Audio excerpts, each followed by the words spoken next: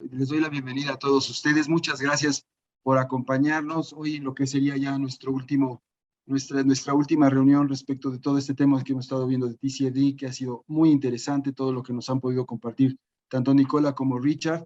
Hoy estamos cerrando con broche de oro y gracias a todos por su asistencia y pues les cedo la palabra a Nicola y a Richard para cerrar este tema. Muchísimas gracias.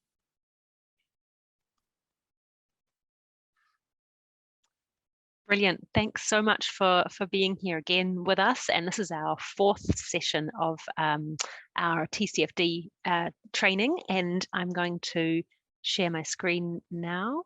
Oh, could I have the screen sharing enabled, please? And then I can share my screen. What I thought would be useful to do today is Richard and I are going to try and leave a little bit more time, as we promised, for questions. So please put your questions through the chat as we go. We are going to, I just still need that screen sharing enabled, please, if maybe Mariana, if you could do that for me, thank you. We're going to look at the design of the regulatory regime. So now that we've worked through the first 3 sessions focusing on the detail of TCFD and how the system operates, I thought it would be useful to talk a little bit on how to go about designing the regulatory regime, since that will be the next step, as I understand it, following these training sessions. And I'm drawing on some of the really useful roadmaps that have been prepared by the UK over the last couple of years as it's gone through its development of its regime, that I thought would be a useful thing to look at, as well as some of the work from New Zealand. Just in the last couple of months, the US has also released a the strongest detail yet on what the US is going to be doing in terms of TCFD reporting. So that would also be something to look out for. The Securities and Exchange Commission just released a document within the last 2 months explaining the detail of their TCFD plans. Mariana, I still don't have screen sharing capacity. It may be because I'm on as a participant rather than a host, and I might need to be elevated to being a host. If you could do that for me. I think that it's set now, Nicola.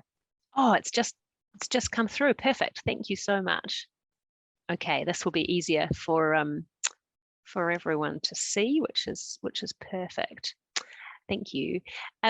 So we're going to look at the regime design. Then I promised to spend a little bit of time on climate scenarios and scenario analysis, because that's one of the hardest parts of this to understand at the outset.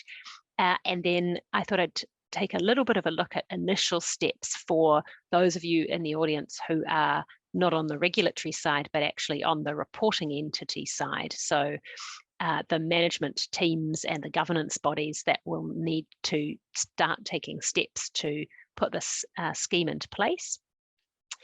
Then look briefly at some of the legal risks from TCFD disclosure, just so that they are on the radar at the outset. And Richard is particularly going to draw on the experience of the UK there. And then we're going to aim to stop well in time for questions. So we've got an hour, I understand, again today. So we'll move through the material pretty quickly so that we can leave, we'll try and leave around 15 minutes at the end for questions. So designing a TCFD regulatory regime, some of the early decisions to be taken, and this will be coming clear from the material that we've covered in the first 3 sessions, is one of the big topics to decide at the outset is the scope of the regime. So are you going to apply the regime to all of your listed issuers, or to all of your large companies, like more similar to what the UK has done? In New Zealand, we've done the listed issuers as opposed to all the large companies, which means that the large private companies are not included. And that has positives, well, some would say positives and negatives. It's less of a burden for the large privates because they don't have to do it, but you don't get the large private companies in the economy being required to do this public reporting, which really focuses the business on climate risk preparation, which is obviously what this whole regime is driving towards. So some countries have gone for just requiring listed issuers as opposed to large private companies doing this from the outset, because of the driver on moving the sort of public capital investment and investment flows towards the listed issuers that are doing this well. But I think there's a really good case for applying this across all of large businesses, whether public or private, from the outset. The other key entities, obviously, and this audience is very aware, are the large banks, insurers, and fund managers, and they're certainly the groups that have been covered by the main regimes that have been put into place internationally so far. Then there's the type of regime, and this will depend on your particular regulatory circumstances, but obviously this can be a voluntary scheme that with a lot of encouragement. It can be mandatory, or it can be what, at least in New Zealand, we call comply or explain, where you are required to comply, but if you don't want to disclose a particular part of the disclosures, then you have to explain why you are not doing so. And that can be an effective option in the early years of building capacity. Then I think an important thing to put on your to sort of list for the outset is just, and I know some of this work will have already been done, is just thinking about the responsibility within the government and in different parts of government, some of which are here today, for the first step of consultation on the new regulatory regime, which can be led by different pieces of government. Then the development of the climate standard itself. So that has been done, at least in New Zealand, by the same regulatory body that is responsible for accounting standards in New Zealand. So instead of being the regulator of listed companies, for example, it's the regulator of accounting bodies that has developed the climate standard, because they are trying to make it as close to an accounting standard as possible. And then we've got a separate regulatory body that is charged with monitoring and enforcement of disclosures, and that is the body that generally monitors all of our listed companies and looks at their reporting and makes sure that they're reporting properly. So those three different parts of government have all been having to work together to design this, and that's worth thinking about at the early stage. Timing is really important, and I think Umberto was asking a question about this in one of the other sessions, to allow capacity to develop. There really needs to be a big education program at the same time as the regulatory regime is developing, so that when your reporting entities are required to report for the first time, they have that capacity and that education to help them know what to do and to have more quality reporting. Expectations, so are you aiming for very high quality reporting or sort of baseline minimum standard reporting? I know that's been something that's been talked about in the UK and New Zealand.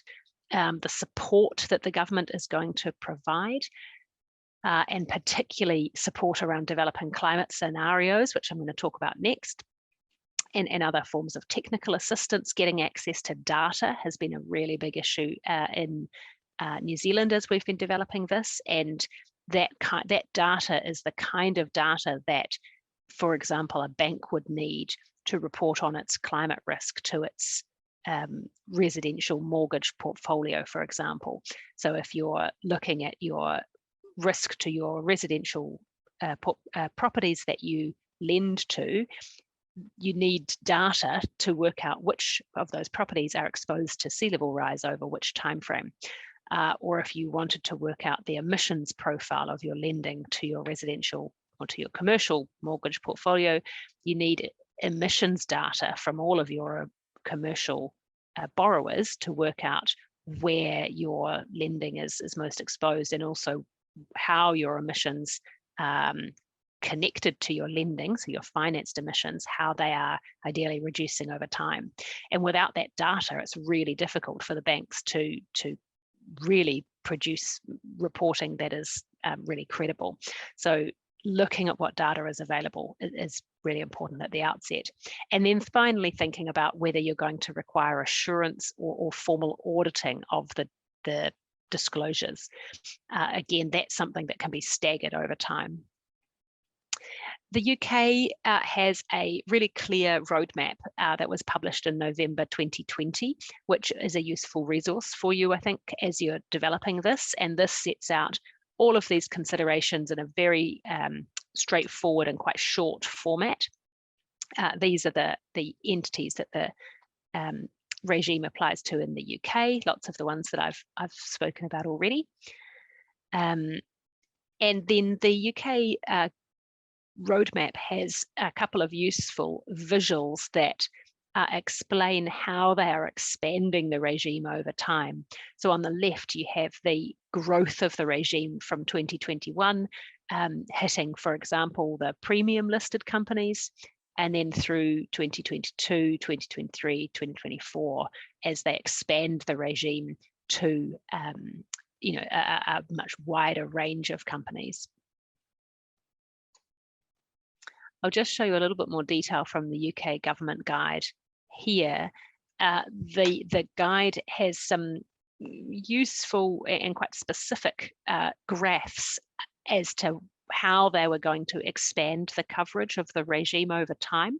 So for the listed commercial companies on the top there, you can see that in 2021, they had around 66% of listed commercial companies covered, and then that moved up to 100% by 2022. For the large private companies, the second box down, you can see that they had only 50% of these covered by 2022 and 2023. And then you can see that blue diamond on 2023 shows that this was planned further review and potential consultation, which might lead to further measures. So this was just a useful way of indicating how they were approaching the different categories of reporting entities. You can see the banks on the bottom left, they had 57% covered by regulation or other legislation in 2021, and then a further 43% that had a supervisory expectation on them to do this reporting, and then that supervisory expectation was converted into a mandatory requirement from 2022.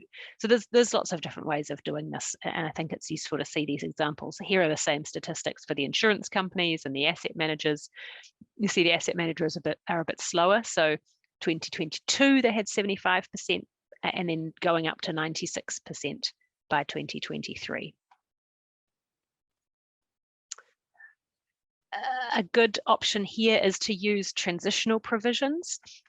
This is, I won't go through all the detail, but I've included it for you here so you have it, which are the transitional provisions that are contained in the current New Zealand plan standard.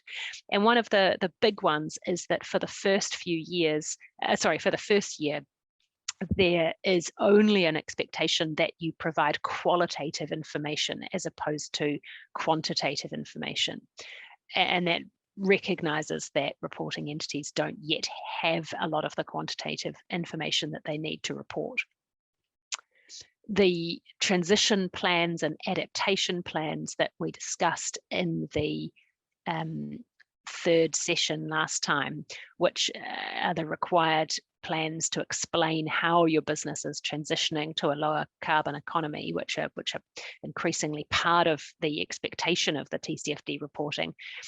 In the New Zealand proposal, they're expected to come through from the second year onwards for transition plans, and in the third year onwards for adaptation plans. And this has been quite well received by reporting entities because they can see where they need to go, but they're not required to do it straight away. And then a more detailed timeline, which I don't need to go through in detail, but just explaining how the transition provisions work between the different reporting years. in terms of thinking about consultation as part of the initial work on the roadmap to bringing this regulation in, something that has worked well I've seen in the New Zealand and the UK proposal is splitting the proposed climate standard into a disclosure objective and then separately a set of mandatory disclosures for each section. So we looked at some of this back in the first session, but for governance, for example, there is a clear disclosure objective, which says that the objective of these disclosures is to enable users to understand the role of the board in overseeing climate issues and the role management plays in assessing those issues. So that's the objective of what your disclosures are trying to show. And then the specific disclosures that you need that are intended to allow you to reach that objective are then shown at paragraphs 3, 4, and 5 below. And they're all the detailed ones that we've already been through, such as you must disclose a description of the board's oversight and a description of the policies and frequency by which the board is informed, etc., etc. So it's a useful way of splitting the particular objective from the details. And the expectation here is that if a business is not able to satisfy the objective by disclosing all of the specific disclosures, then the expectation is that they actually do more, so that you can't just get away with ticking the boxes. You actually need to make sure that your disclosures are meeting the disclosure objective. And there's the same for risk management and for metrics and targets. And I've included this slide because it's a useful graphic on the breakdown of the different greenhouse gas emissions, which we talked about when we were discussing metrics in the third session. And here I just thought it's a useful reminder. You've got the scope 1 direct emissions in green, which include direct emissions from the actual facilities of the business and vehicles. And then you've got scope 2 emissions in blue there, which is your purchased electricity, the emissions coming from your purchased electricity. And then you've got usefully the classes of scope 3 emissions, and they divide them here into upstream and downstream emissions, which is increasingly the way that scope 3 emissions are understood internationally. So the upstream emissions are the emissions sort of coming into the products as you're creating them. And then the downstream emissions are sort of once those products are sort of getting out into the marketplace. So the impact of the use of your product and the emissions that come out of that at a very high level. But that's a useful schematic to have. Richard, before I move on to scenarios, is there anything you wanted to say on the design, the regulatory design section? I don't think so, thanks, Nicola. As you say, in due course, we'll get maybe a little bit more of the UK experience and how they've moved to regulating in this space, but also how that links with what they're doing on broader green finance and a taxonomy. So I think I'll leave for now, if that's all right. That's fine. So scenario analysis, we covered this a little bit in our third session, but it's a complicated part of this, and I wanted to break it down a little bit more.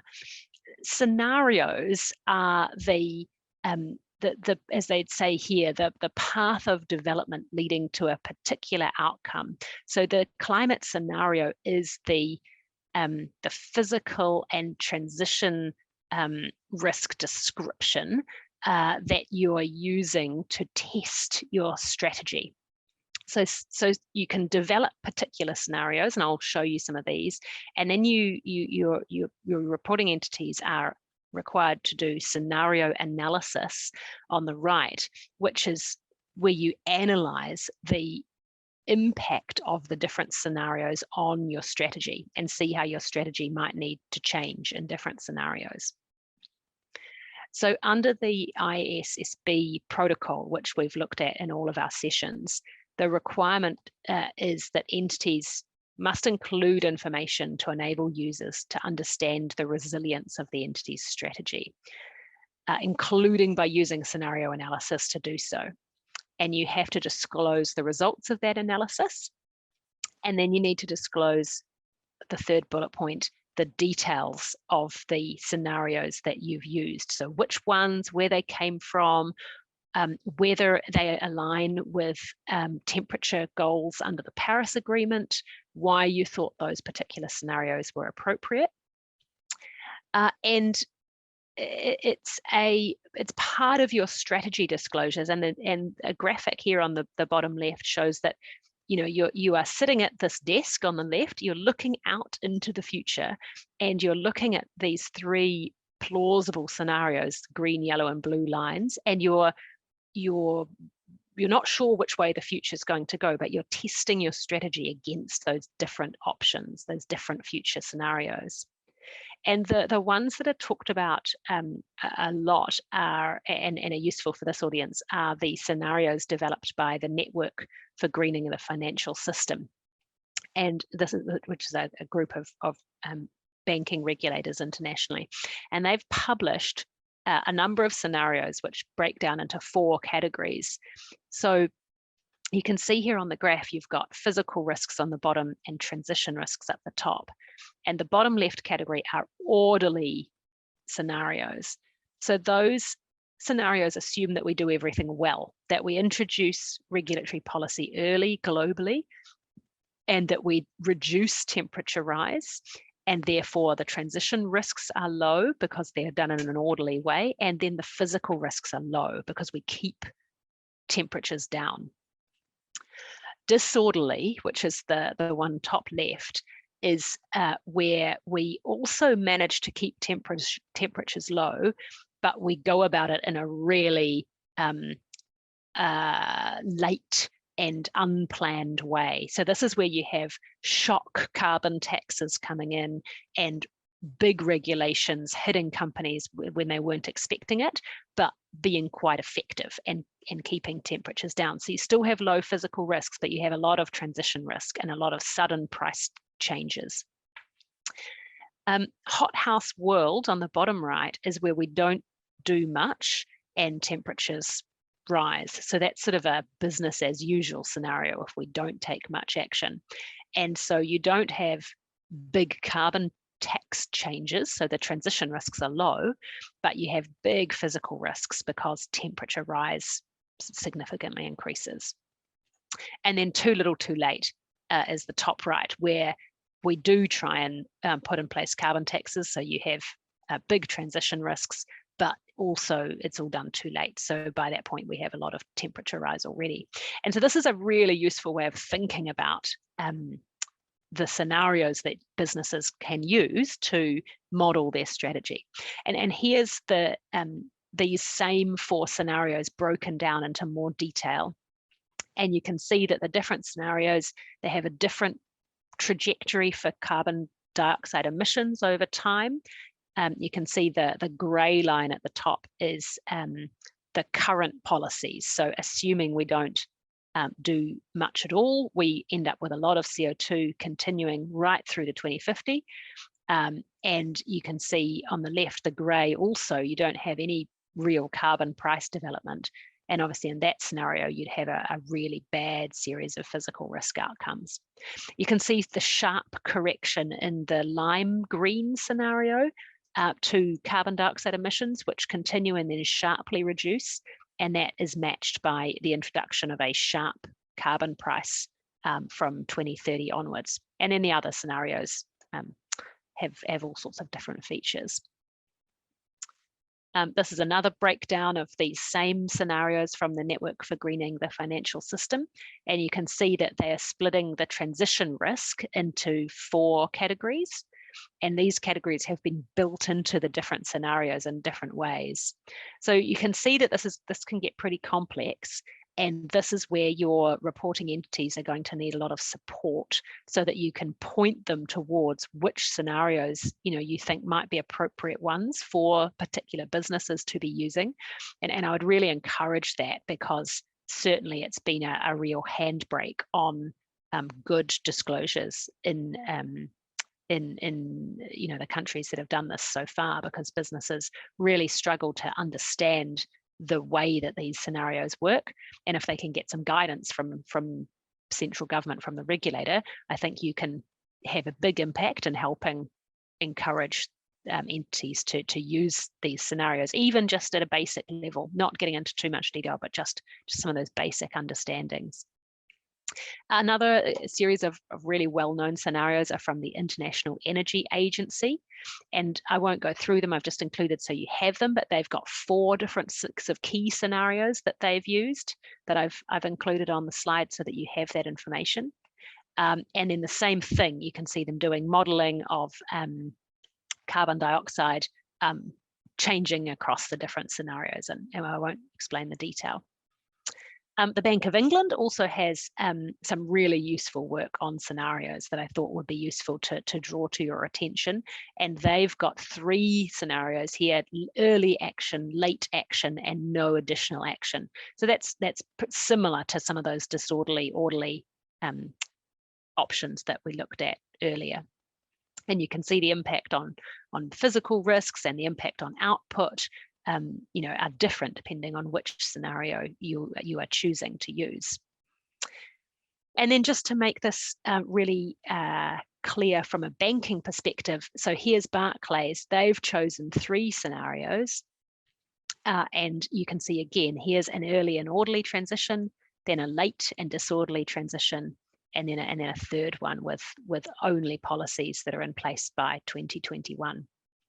And then what they do is in their strategy section of their disclosures, they look at how their particular business strategy is going to work in these different scenarios, and they can explain the risk that the business is going to face and the opportunities the business is going to face that are enhanced or decreased across these different scenarios. So, initial steps for management teams. This is really a bit of a recap from what we've done previously, but just to sort of remind you, what to do next as you're starting to prepare for this reporting. This is a bit of a checklist for you to take away. So first, establishing your stakeholder group and identifying your capacity needs. Really, really important. And this is a reminder of one of the examples that we looked at from the earlier governance section in session 2, and obviously your stakeholders are the executive, the strategy team, the investment management team, your sustainability team, and then risk, legal, and finance. I think you want to bring all of those people together, and the most successful reports I've seen are ones that have brought together all of those stakeholders so that you understand really clearly what information is needed and who needs to be involved to be able to produce these disclosures across the range of expectations. Then the next thing to do is to prepare for the first risk and opportunity assessment that you're going to do across the business. And so this for banks is looking at the big transition risks and the big physical risks that are going to affect your bank and your banking customers, and picking out the priority ones and the ones that are affecting the biggest areas of your lending and working out where your big risks and where your big opportunities are likely to be. And to do that, we looked at this slide too from the second session, looking at your climate risks and your physical risks and your transition risks. Here's another reminder of one of the ones we looked at from Lloyd's. That was all the different types of risks they had divided their particular bank into. So strategic and credit, and then market, insurance, conduct, operational resilience, and then regulatory. And we went through some of these examples in the second session. Same thing, this was the one you might remember from NatWest, where we looked at the opportunities they were identifying. So this is the kind of really critical initial work just to get some of these big risks and big opportunities identified early. Then the next thing to do is to integrate those risks and opportunities into the business strategy. So look at, are we really taking into account these risks that we've figured out into what our plans are for our bank? And then the final piece is, what are we going to disclose? And here there's a choice between what you are identifying internally and what you are deciding to or being required to report externally. And in these early stages of reporting, and where there's a lot of voluntary reporting before the regulatory regime is brought in, there's a real opportunity for reporting entities and banks that are particularly well across this TCFD work. They can report voluntarily and start to really show in the market their sophistication of understanding a lot of this work, which can be a real market advantage. And we looked at the different types of metrics available. And that was some of the really useful examples on financed emissions and emissions intensity that we looked at in the third session. So I'm going to hand over with one more point to Rich to talk about some of the risks here. I just wanted to mention materiality. Across all of this reporting is a materiality threshold. And for the regulator, this is another really important point to think about at the outset, is what kind of guidance are you going to give users about materiality?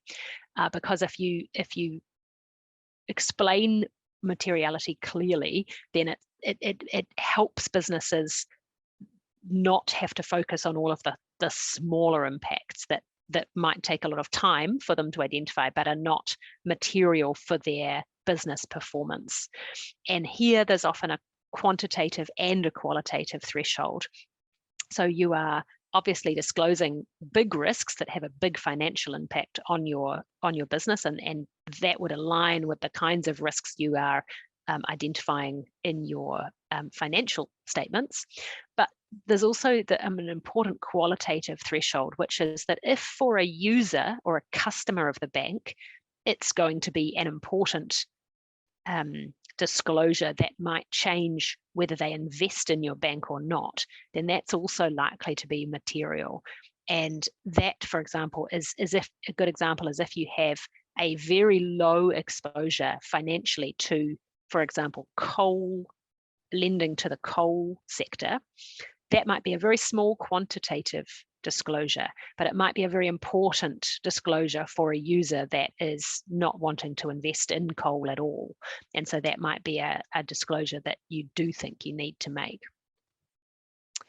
For the governance bodies, because this is a recap of the material we've already covered, I just want to give enough time to Rich to talk about the greenwashing risks. So I'm going to just leave these slides here, and I'm happy to come back and touch on them as we get through to questions.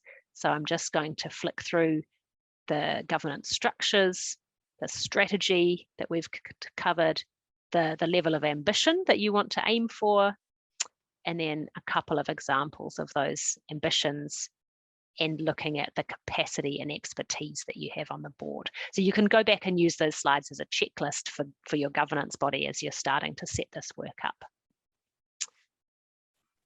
Rich, would you like to take over for a little while on this, and I can flick through to the next slide if that's useful. That would be great, Nicola. Thanks very much indeed.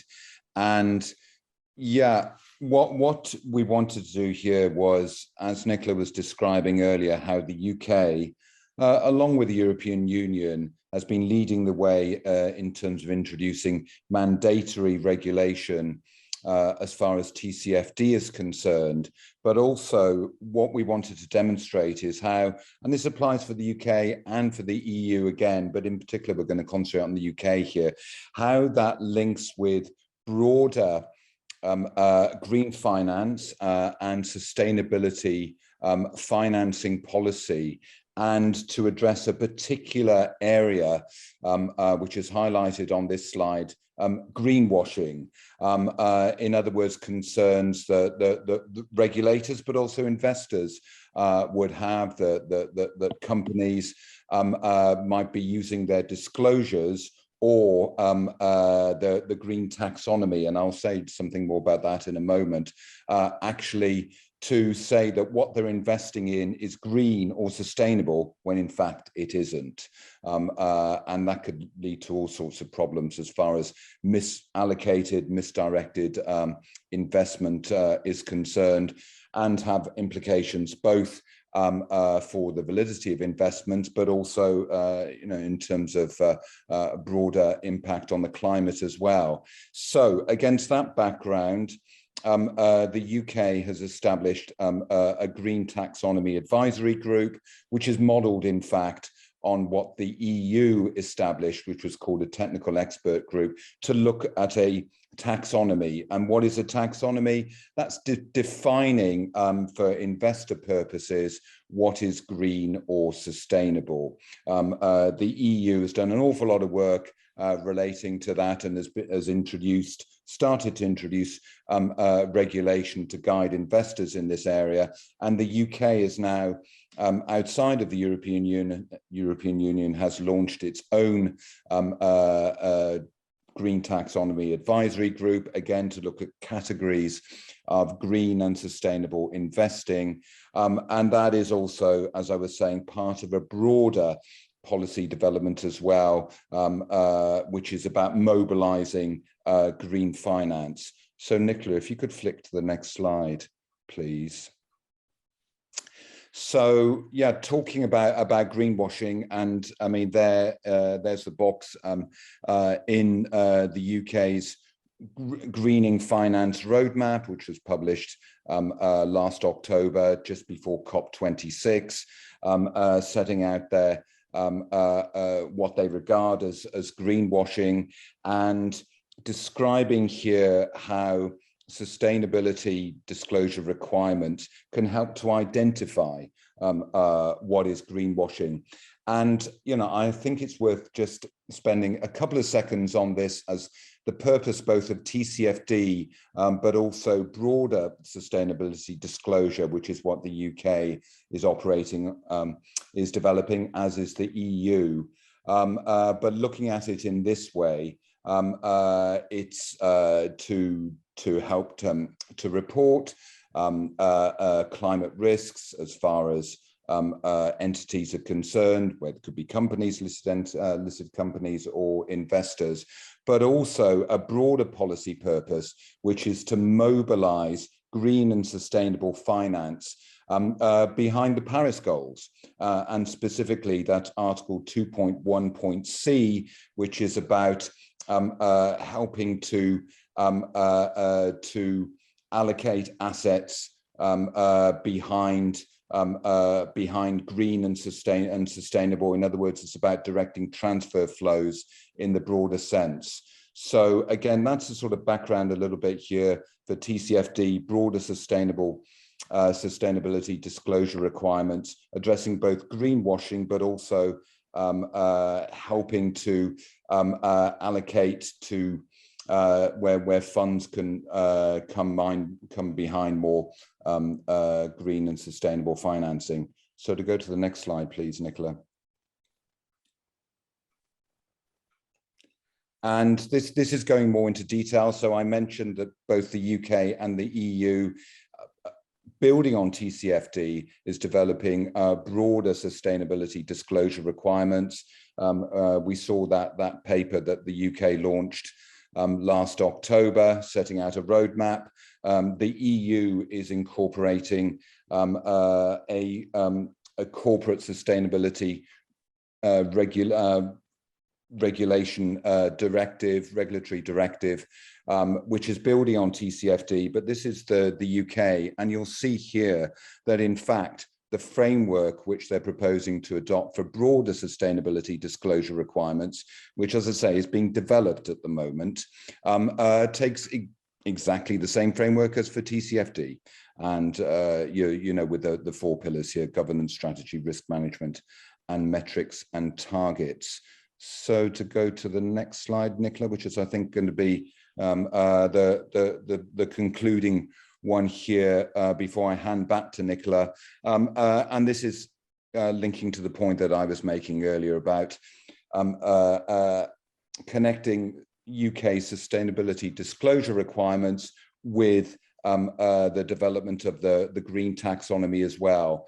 And just briefly, where are things at the moment as far as UK regulation in this area is concerned, as we've said, they introduced mandatory TCFD reporting from April. There's now a roadmap. They're planning to consult fairly soon with business and with finance. And I think we can expect to see this broader sustainability disclosure regulation coming into legislation in 2023, 2024. So I hope that's helpful, just making some broader connections for you there with both green finance and taxonomy. And Nicola, I'll hand back to you. Thank you. That's brilliant. Thanks, Richard. There was just one other example that I thought was useful, which was a disclosure framework that was released in New Zealand, which is just another example of the kind of guidance that's coming out from regulators to avoid greenwashing. And this is requiring issuers to, for example, when they're issuing a green bond, there's increasing guidance around, what does that mean? What is a green bond? What is a legitimate green bond?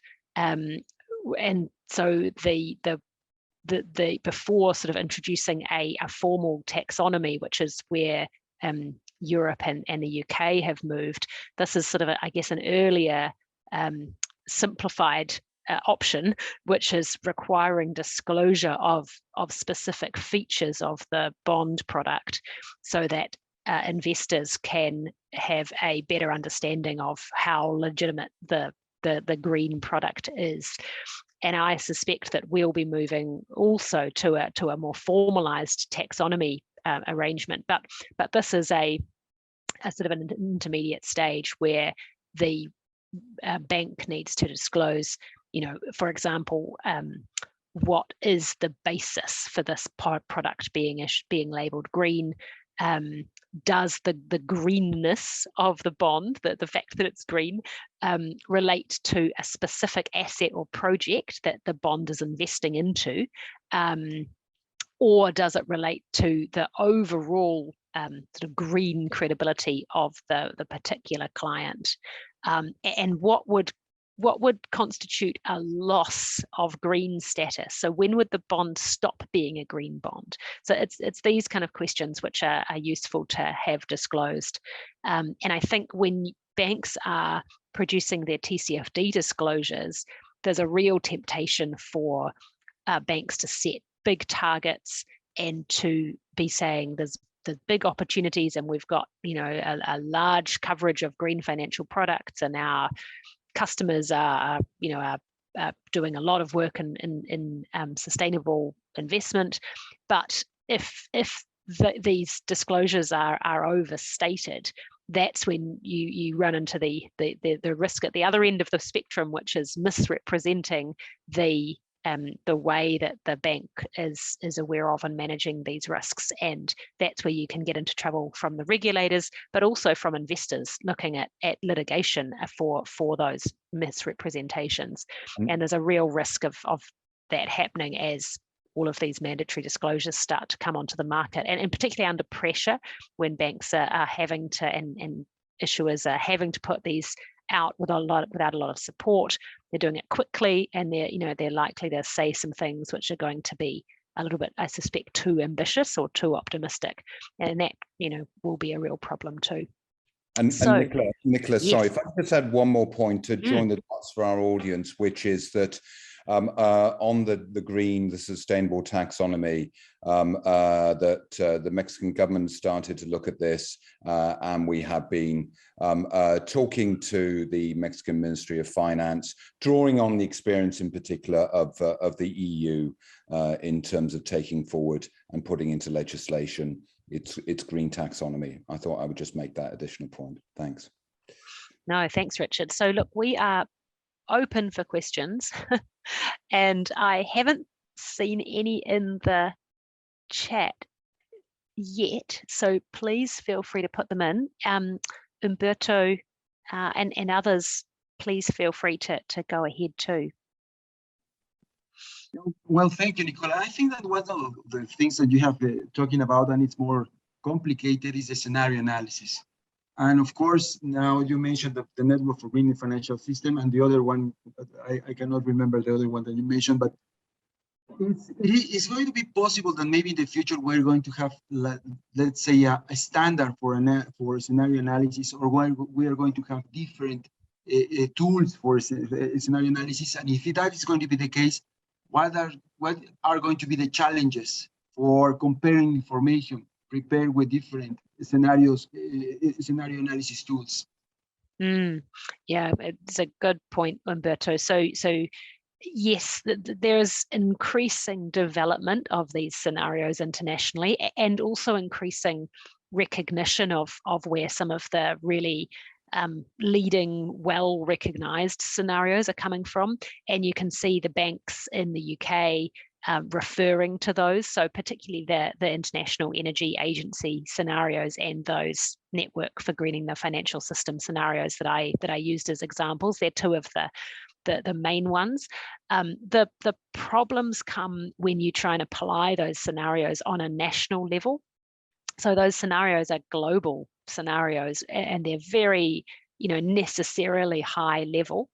And when you are trying to look at the application of those scenarios for a particular region or a particular country, often additional work is needed to work out what the particular sea level rise impact would be in a particular region, because those scenarios are using averages which might not be at all applicable to a particular entity's exposure. So for those entities that have more specific exposure, and particularly the listed entities that are producing a particular product like an agricultural product, they might need to do additional work where they use those international scenarios as a basis, but then they really need to pull out some of the key factors that are critical for them. So if you're growing grapes for wine, and the frost temperature is for you a really critical part of your business model and your business risk, if those frost temperatures are expected to change over time and in different scenarios, that'll be one of the critical inputs for you to test the resilience of your business's strategy. But if you're a bank and you don't lend to many wineries, then obviously that's a much lesser input for you. So that's why it's so important to get across the detail of how you're going to use scenario analysis to do your reporting early. And that's why I think the education is so critical. And looking at producing some guide scenarios for Mexico would be something that would be really useful for the regulator to look at an early stage. Nicola, I'd like to add a point on scenario analysis, because Umberto, it's becoming an increasingly prominent and important part, I would say, of TCFD reporting. And I've done quite a bit working with energy companies in particular, and of course, bearing in mind that Mexico has a large energy sector. So the point I would underline is that the reference scenarios are credible in the eyes of investors. So those reference scenarios that Nicola put up, both the Network for Greening the Financial System for the energy sector, the International Energy Agency, are regarded as credible reference scenarios by investors. So in that case, then those investors, they are able to scrutinize the reporting from companies with a reasonable degree of confidence that they're using credible reference scenarios in the first place. And so then that can strengthen their confidence in the assumptions that that the companies are making, in terms of how they're addressing different potential scenarios for their business. Thanks. Oh, that's very interesting. This is an example of the things that we have to work on and the long way that we have ahead. For example, I was reading the standard number 1 from the International Sustainability Standards Board, and they talk, for example, about a company may decide to combine sectors in order to make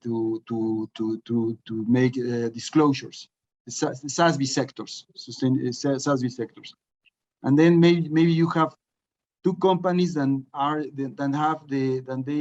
have the same business, and one decide to combine sectors and the other one just choose one sector. And then you are going to have information for companies that are almost the same, but they are going to produce different information.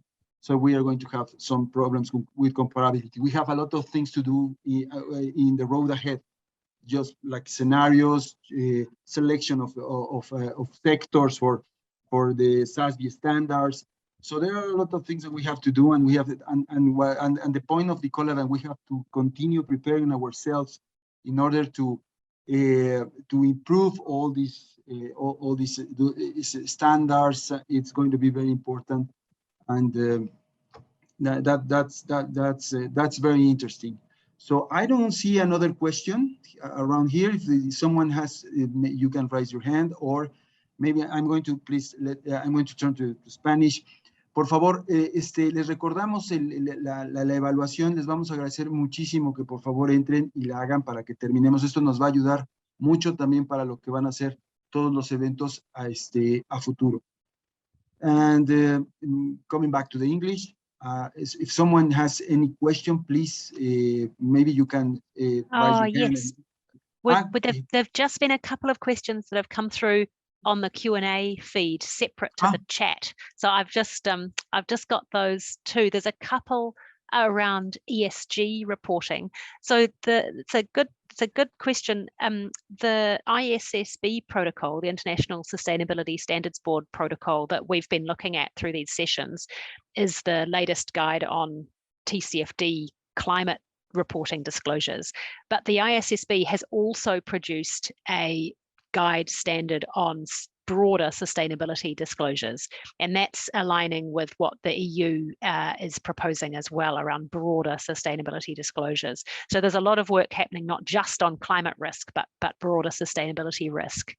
In terms of the question of whether regulators are regulating ESG credit rating agencies, that's a great question. And no, I'm not aware of that yet, but I think that's going to be needed, because our clients that I'm working with at the moment, I'm working with a fund manager and a bank at the moment, and their problem is that they need to access third-party tools to give them some of the risk assessments that they need for parts of their business. And some of those are coming from some of the big international ESG credit rating agencies, but often you're just getting an output from that agency, a score, a ranking of 3 or a ranking of 4, and it's very difficult to compare those between rating agencies, and also to be confident as to the methodology and assumptions that have gone into creating those scores. So I think it's a great question, and something that internationally will need to happen pretty quickly. How long does it take for an organization to prepare to issue ESG reports? It's a big question. I would say 12 months minimum to if you're not doing any ESG reporting, to being able to do some, to get all of that together.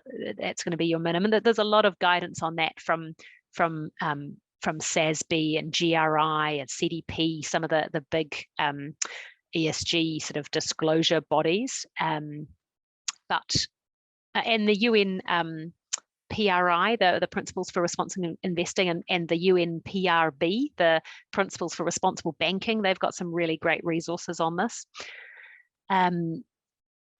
And then the fourth question, I'm sorry, is in Spanish, so I'll need translation for that one. Or Richard, you might be able to do it. Well, no, I wish my Spanish was good enough. I just want to add on the third one, how long does it take to prepare and reporting? It depends. My experience depends how well resourced the company is in the first place to address this. What expertise have they got? And if there's one piece of advice I would pass on here, is for companies, particularly if they can see regulation coming onto the horizon, is to start to prepare for that by getting the expertise and the resource into the company, so that they've got the proper internal skills to actually produce good quality reports. because, you know, particularly once it's in regulations, then that's going to be required anyway. So, you know, the less resource you have, clearly, the longer you take to report. But gosh, can we try to answer the fourth question? Let's have a look. Is anybody able to help us there, please, with the translation on the fourth? On the fourth. Mariana, because I cannot see that question, so I cannot translate. But maybe Mariana, I don't know if you can see that the question. Yes, please. Yeah. Yes.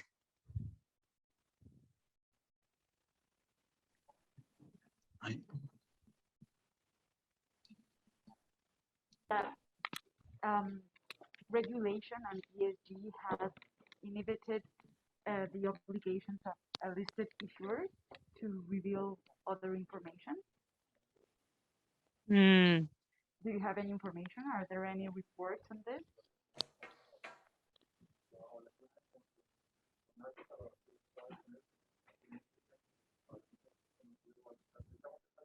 I'm sorry, Marina, I did not hear you very well. I understand the question. Thank you. Okay. Are you happy for us to respond to the question? Sorry, so the short answer is not really. There's not really much data available or sort of solid information about the impact that TCFD reporting has had already.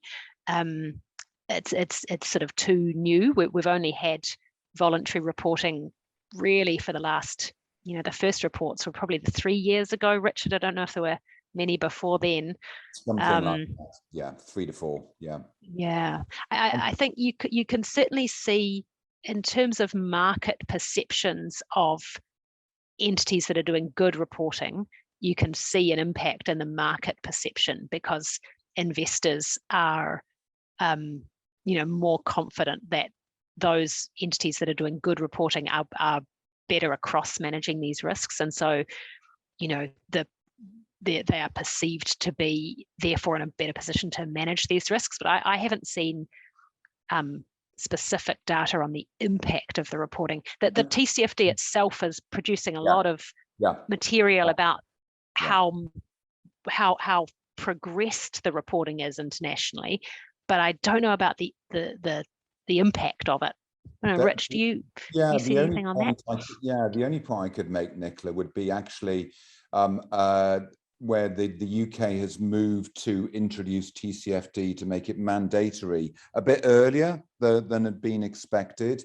And from what I understand, that was partly because companies had got more comfortable with it, but also maybe that not all the reporting was universally of the high quality was a bit of a view. So by making it mandatory, then you're forcing companies then that you can't just treat this as a sort of nice to do or whatever while it's voluntary. You've got to report on this. So in that case, that's the onus on you as a company is to improve the quality of your reporting. That's the only real example I can give, Nicola. No, thanks, Rich.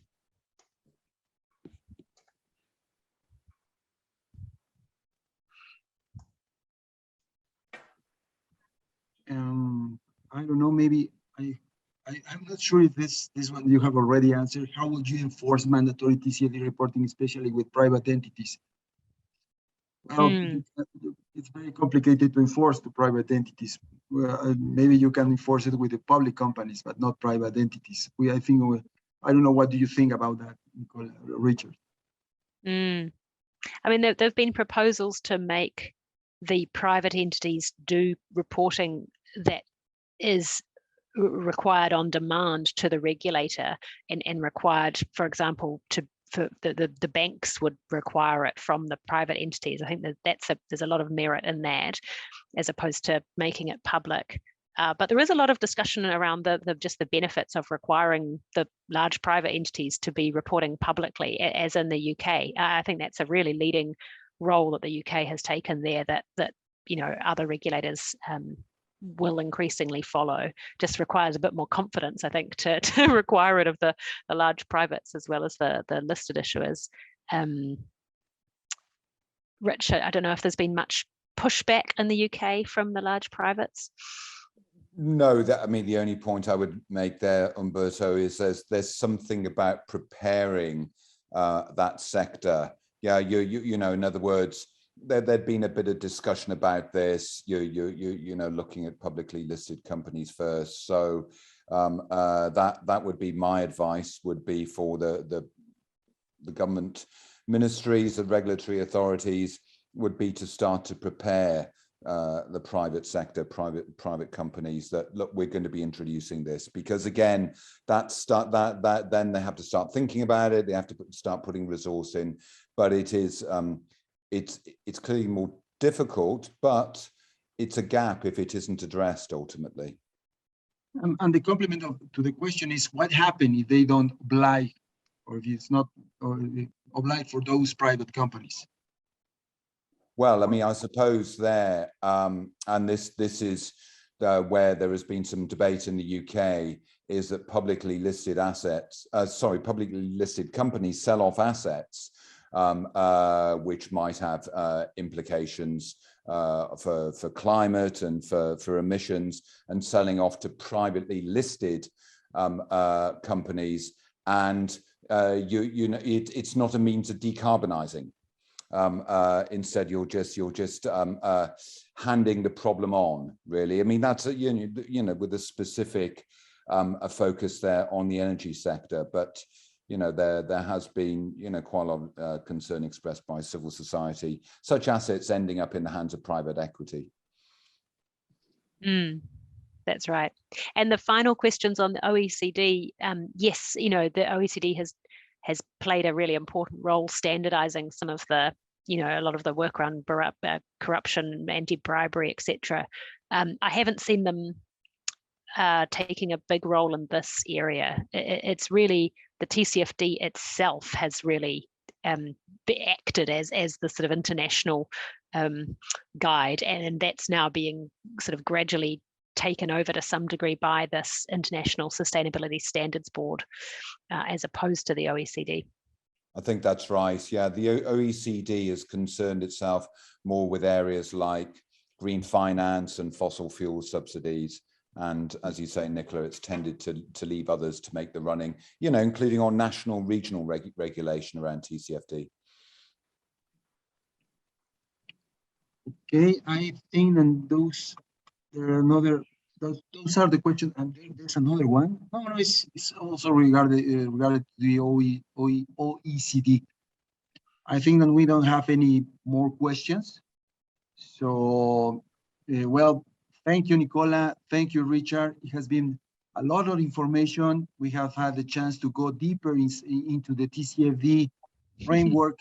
It's a lot of homework that we have to do, just not on the regulatory side of this topic, but also on the private sector, the financial sector, the stock market area. It's a lot of work, and it has been, I think, and it has been very insightful, all the information that you have provided us. Thank you very much. Y gracias a todos ustedes que nos acompañaron durante todo este tiempo. Seguiremos avanzando. La siguiente parte tenemos que también tocar aspectos sociales sobre este tema. Así que muchas gracias a todos. And once again, thank you, Nicola. Thank you, Richard.